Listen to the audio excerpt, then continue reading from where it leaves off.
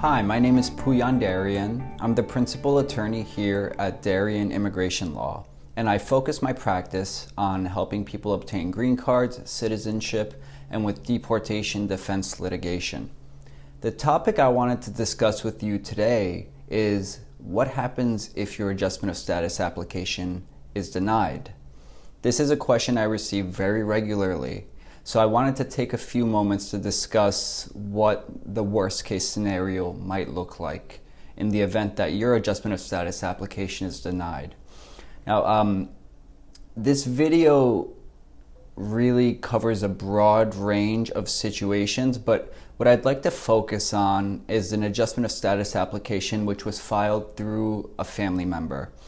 A spouse or a child who's over 21 who petitions for a parent, in rare cases sibling petitions, but I focus my practice on spouse petitions, so that's really what this video is about. Now, when you first file your adjustment of status application, you really want to include as much evidence as possible with your initial filing. And then when you go for your interview, you bring as much additional evidence as you can. Because from the time of filing up until the date of your interview, some time will have passed. Right now in New York, the processing times are 20 to 34 and a half months as of the date of the shooting of this video. So you could be waiting for longer than a year after you file your paperwork before your interview is scheduled. And during that year or longer, you will accumulate more evidence of your relationship. Naturally, there will be more bank statements, there will be more photographs during holidays, and you should bring all that additional stuff with you to the interview. Now, let's say you go to the interview and it goes really poorly. So you and your spouse are sitting at the interview, the officer is asking your spouse questions, your spouse begins to panic, they ask you questions, you begin to panic, everything begins spiraling downwards, and worst case scenario, you leave and receive a letter asking you to come back for a second interview. That's known as a Stokes interview, and that is what will happen generally in the worst case scenario, assuming there was no finding of fraud or misrepresentation. If they just don't believe it's a good faith marriage, what they will do is schedule a Stokes interview where they will separate the spouses and ask each spouse 100 or more questions, and then ask the other spouse the exact same questions and look for discrepancies in the responses that will allow the officer to make a determination as to whether he or she believes the application is fraudulent or whether it's based on a good faith relationship, a real marriage.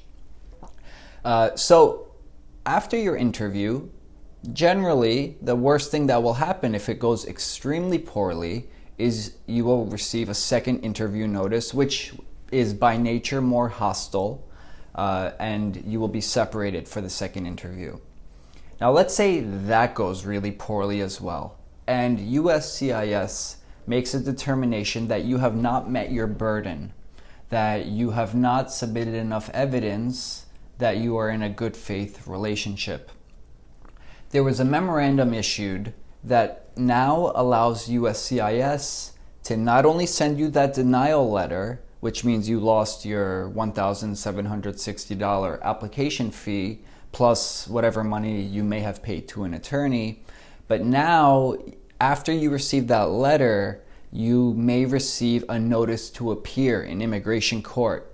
And what that means is deportation or removal proceedings have now initiated. And now you need to apply for a defense from deportation.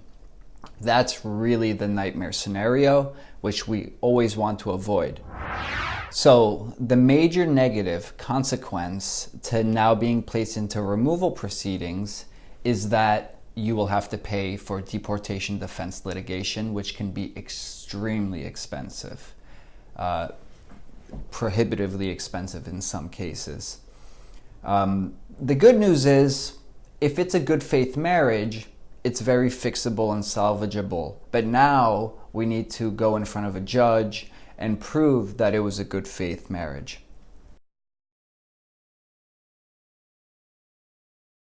So now, your application has been denied. You've been referred to see an immigration judge. And now we show up to the court hearing and the judge asks me, the attorney, what defenses from deportation are you going to apply for? And we tell the judge, Your Honor, we're going to apply for adjustment of status through an immediate relative family member. And the judge will give us a call-up date, a date by which to submit evidence, and then by the call-up date, all evidence of your good faith relationship must be submitted. Then we go to the final trial, where I will prepare a series of questions for each spouse, demonstrating that it's a good faith relationship, asking you questions about how you met, where you went for your first date, all the way up until the end. And then the Department of Homeland Security attorney, the trial attorney, will have an opportunity to cross-examine you. And the purpose of this is to show that the marriage is not in good faith or that you are ineligible for adjustment of status for other reasons. At the end of the hearing, typically the judge will issue an oral decision, but sometimes they issue written decisions, really depends on the judge. So really, it's fixable if your case gets referred to an immigration judge. It just becomes prohibitively more expensive in some cases. So how can we avoid this? Several things you should do. First of all, don't submit inaccurate information when you file your application. Work with an attorney if you can afford one. If you can't afford one, at the very least, read every word of the instructions for the different forms, which I think right now is over 100 pages of instructions. But it's necessary. I mean, this is your life. And if your application is denied, the consequences now are very real. It's not just a denial letter. You may actually be referred to immigration court, and now we need to apply for a defense from deportation.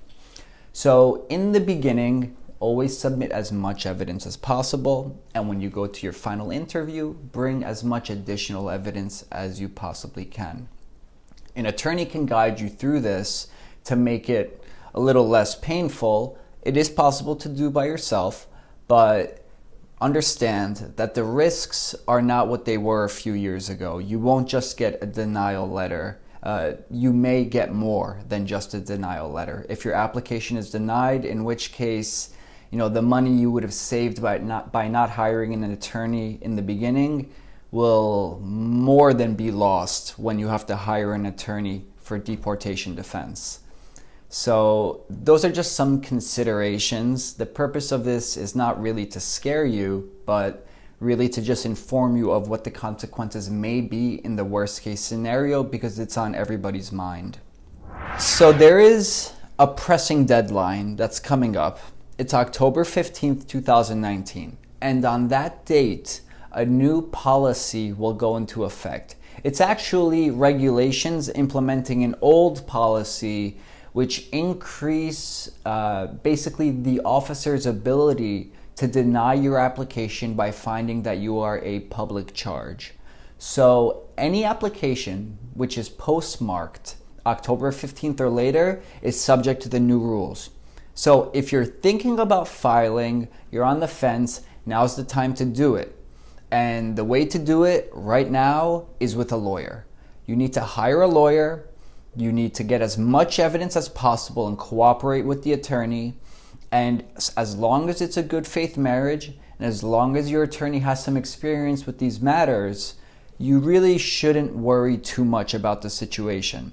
But if you do decide to do it by yourself, just be really, really careful, because the consequences can be somewhat extreme right now, given the current political climate.